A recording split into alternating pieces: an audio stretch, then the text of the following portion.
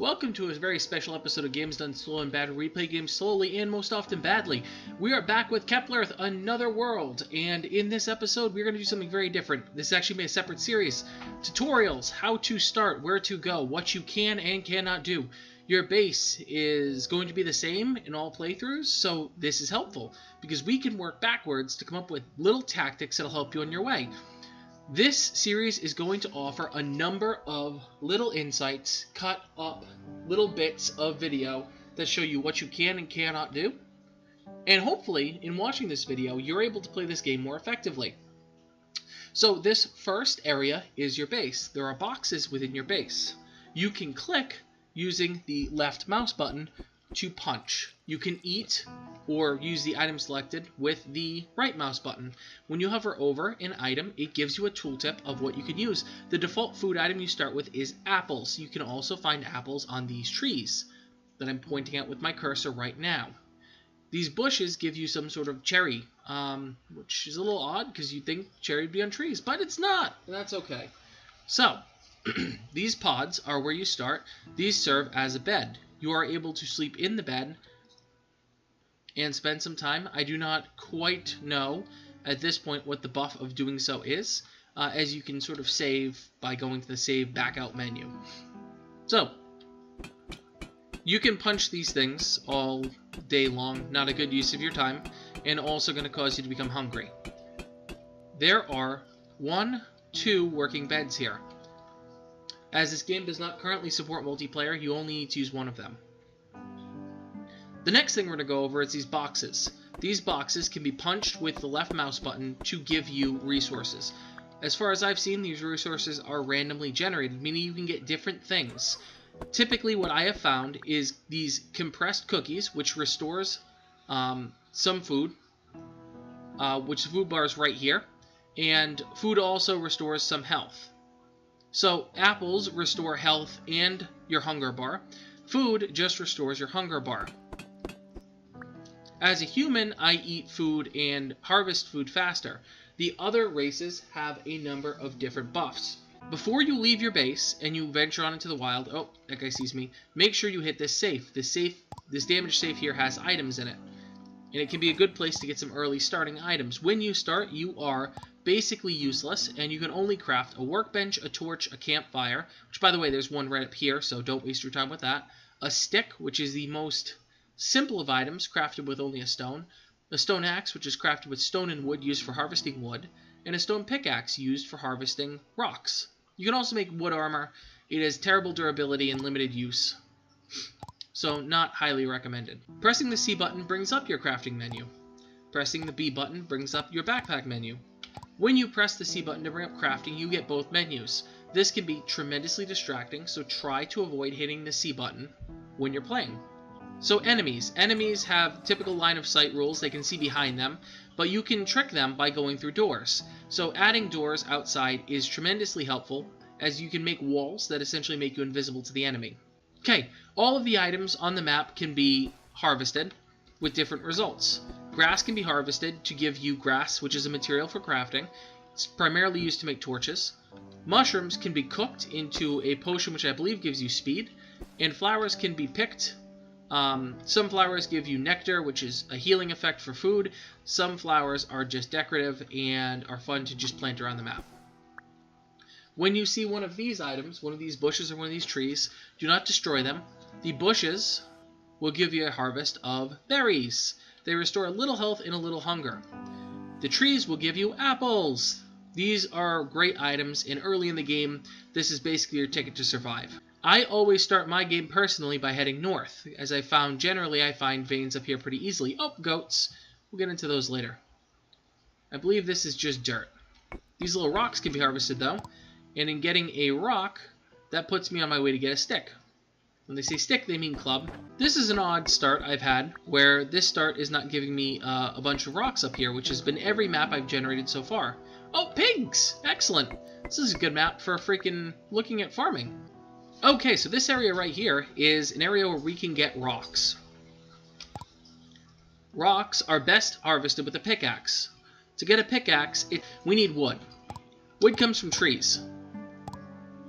To harvest wood without an item, simply click the button to punch it. Like most survival games, in the early stages, you are wasting a lot of energy and time harvesting wood, which is really only useful for crafting the most basic of items. Okay, so now you have wooden rocks. What do you do next? Well, we launch our crafting menu by hitting C or clicking the button. We can navigate to the pickaxe, and we launch stone into the first slot and wood into the next slot. To make a stone pickaxe, it requires 6 stone and 1 wood. I highly recommend avoiding the stick for now, because you'll very quickly be able to do better than that. Once I craft the item, it immediately appears in my inventory.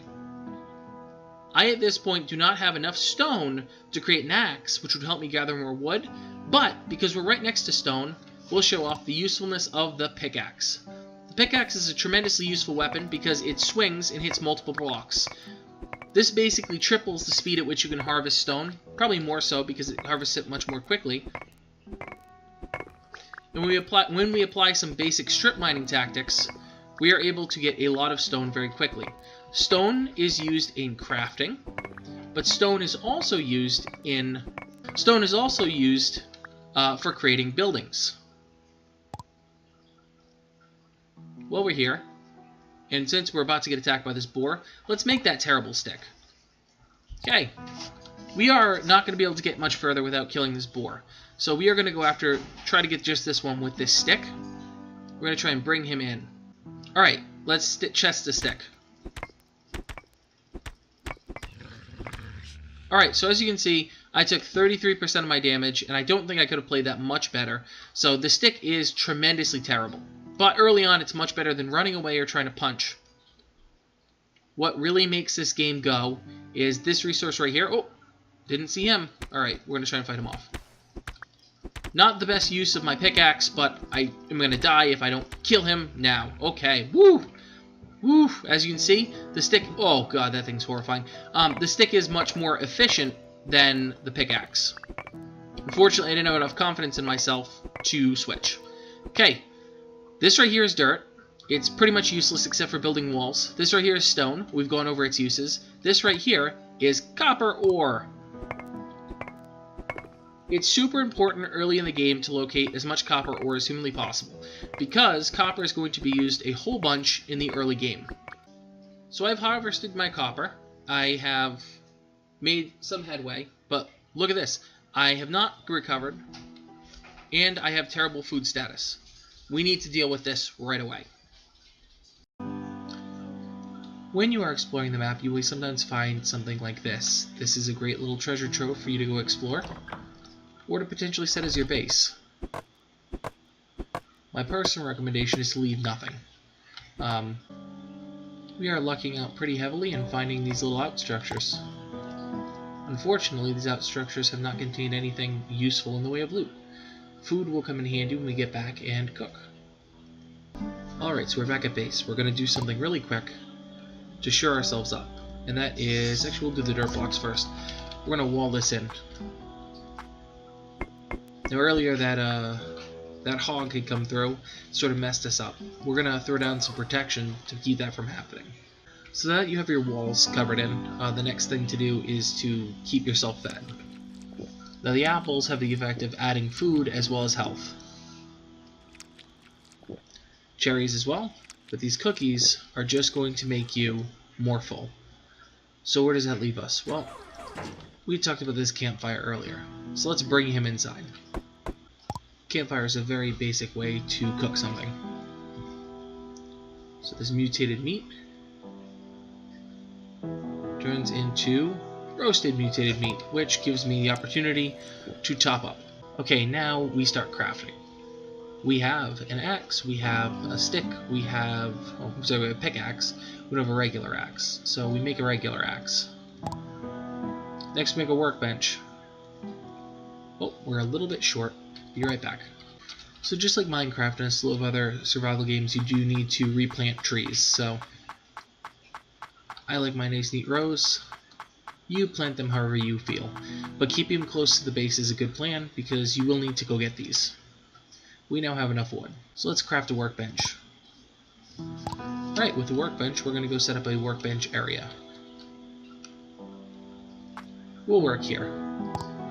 Okay, so with the workbench, we now have a furnace, an anvil, a stove, a firearms workbench, a feeding trough, a door, a wall, a fence, a round table, a chair, a floor, a chest, a bed, a tiki torch, and a model. Model being, you know, a fake person. So first we need a furnace. Why do we need a furnace? Well, like Minecraft, you need to smelt your bars, or smelt your ore into bars. This is done in a furnace by inserting ore and inserting wood. So while that's going, let's make some basic wooden items so we can go take a look at them. I have set up all the wooden items we just crafted. We have a wooden door. When you interact with a door with your right mouse button, it opens and allows you to pass through. When you close it, it stops you from passing through. Even if you set the door in the wrong direction, it will stop you. We also have a chest which you interact with the right mouse button. You're able to move items from inventory into the chest. Fences work similar to walls. They block line of sight and in direct fire. You're able to place things on a table for display. It can be a round table or it can be a circle table. Models can wear clothing, and chairs are simply for decoration.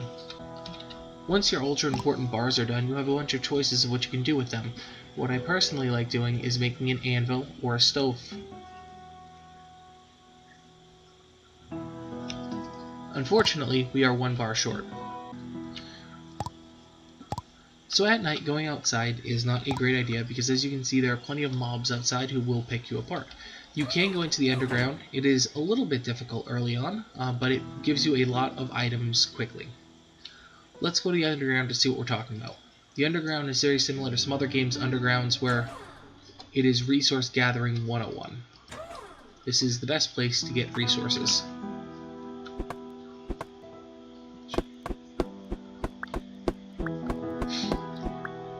As you can see, the boxes will give you various resources such as wood and cookies, and in some cases grass. Grass is sneaky important because it allows you to make torches.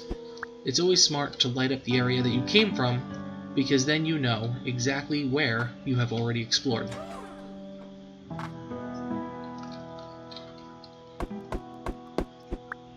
When in the underground, you'll sometimes find enemies. The enemies down here are as strong as the enemies in the overworld, but they do drop pretty good loot.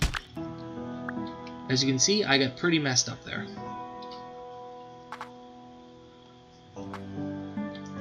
This underground that spawned randomly as part of this seed opens up immediately.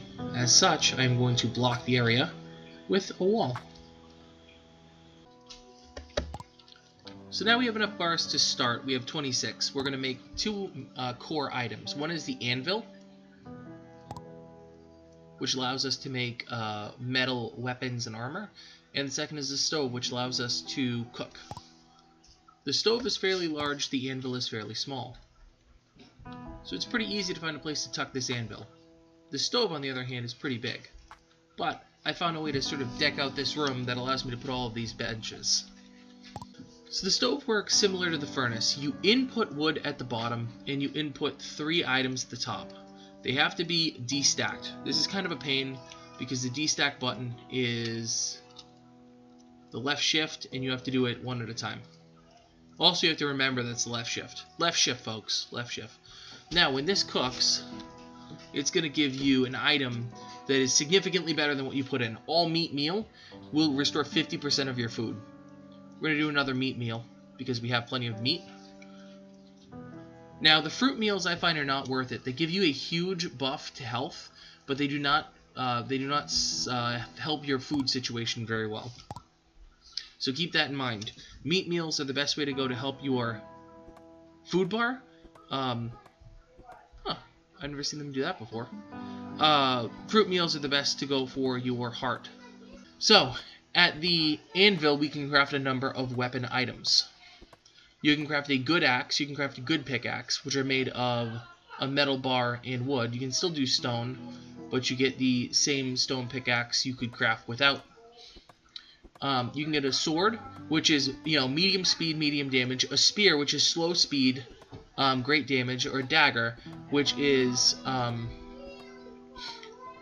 fast damage. Not a lot, but fast. A bow allows you to attack at a distance. None of these are bad options. I personally like the dagger. Um, a dagger requires 8, so unfortunately, once we use this, we are going to be out of materials. But this will allow us to go and do some serious spelunking down below. So this copper dagger has a 5 damage and a 3.5 attack speed, and as you can see, it goes pretty quick. Oh, our hunger is set in. Let's show off one of these meals. Oh yeah, look at that. Way up. So let's compare that to an apple. 7% versus like 40%. All day long meat meals.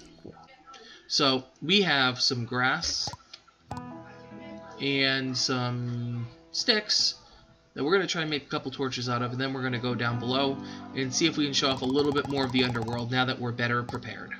Okay, so back in the underworld, it always starts the same way. There's this area. The mushrooms are great. They're worth harvesting. This little meat pile right here is great. It'll give you a bone. Mushrooms can be cooked. That's the thing to remember. It's going to say, hey, this is an edible, but yes, it is an edible until you cook it. We're going to lose our pickaxe pretty soon, but we will still explore. You know what? There we go. Alright, now we can fight. See how much better that was? I only lost a very small portion of my health. Versus last time where I was absolutely getting wrecked.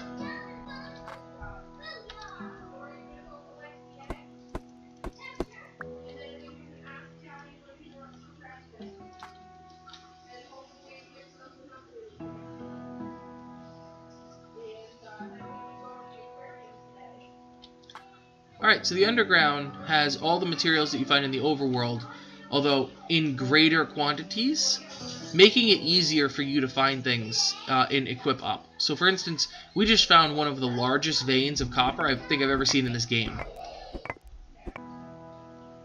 Now this is one of the problems of the underground. All of those things just spawned in. We're going to try and rush them. Those little monster demon things give wool. These little monster demon things give food.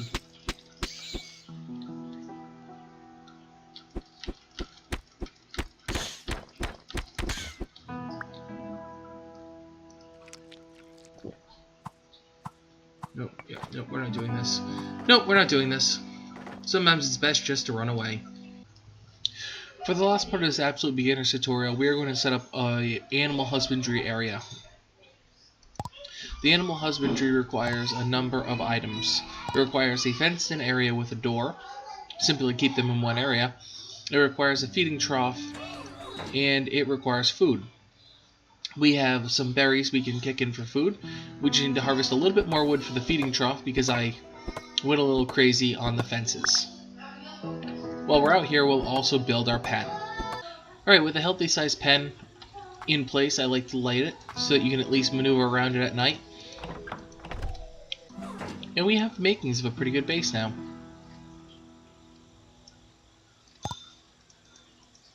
The food trough can be constructed with wood or metal. We're going to double down on metal, or wood rather. With a wood trough, we can place a wood trough and we can fill it with food. And you see it visually, it actually changes. Can I do that? Yeah, perfect. Now, when it becomes sunup, we will head out, we will get some goats, and we will at least see what this actually entails. In the meantime, however, let us look at mushrooms, and what we can do with mushrooms.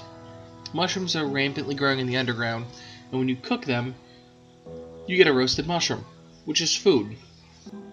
Mushrooms can give all sorts of weird items and buffs. So for instance, this gave me a walking speed debuff, but I've had some that have given me a walking speed buff. Let's try cooking a mushroom in the stove. Alright, there's another buff, there's another buff. Excited attack speed, hunger speed increased, and lose 1 HP for every second, which is pretty terrible.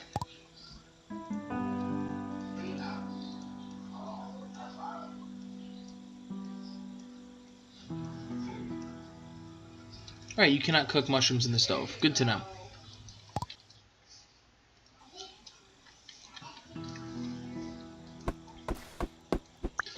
Once your pen is constructed and you have food troughs, the second part of animal husbandry is collecting the animals.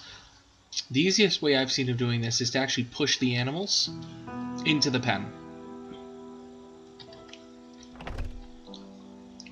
You can hold them in with doors and fences. I have found a multiplicative effect where the more animals you get, the more useful this process is. Once in your pen, the animals will eat the food that you've set out for them, with a small chance of reproducing a baby animal.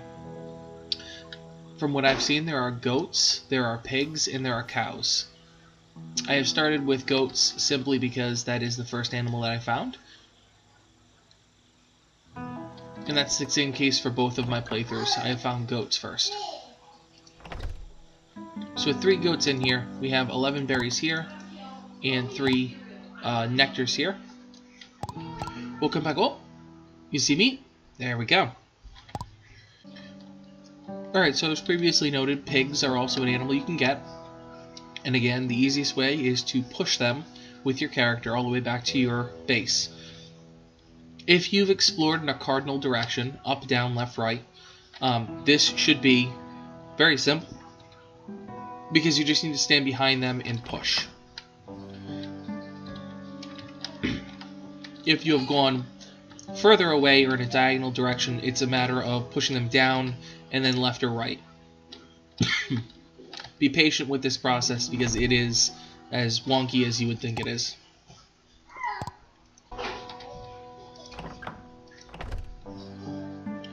We now have a farm of 3 pigs and 3 goats. They do not burn down the food stocks very quickly, which is convenient because it would be inconvenient to have to restock on a very frequent basis. We're going to let this play for a little bit, and I'll cut to when a baby animal spawns.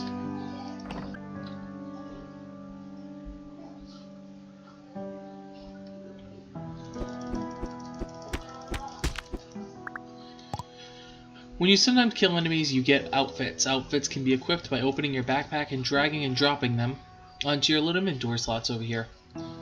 You have a appearance and a defensive outfit slot. I can also now confirm that there are indeed chickens in the game, as I have found chickens. Much like the other animals, we're going to push them into our pen, and we're going to see what happens.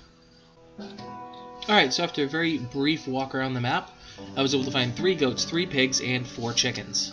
I have not yet had any reproducing animals,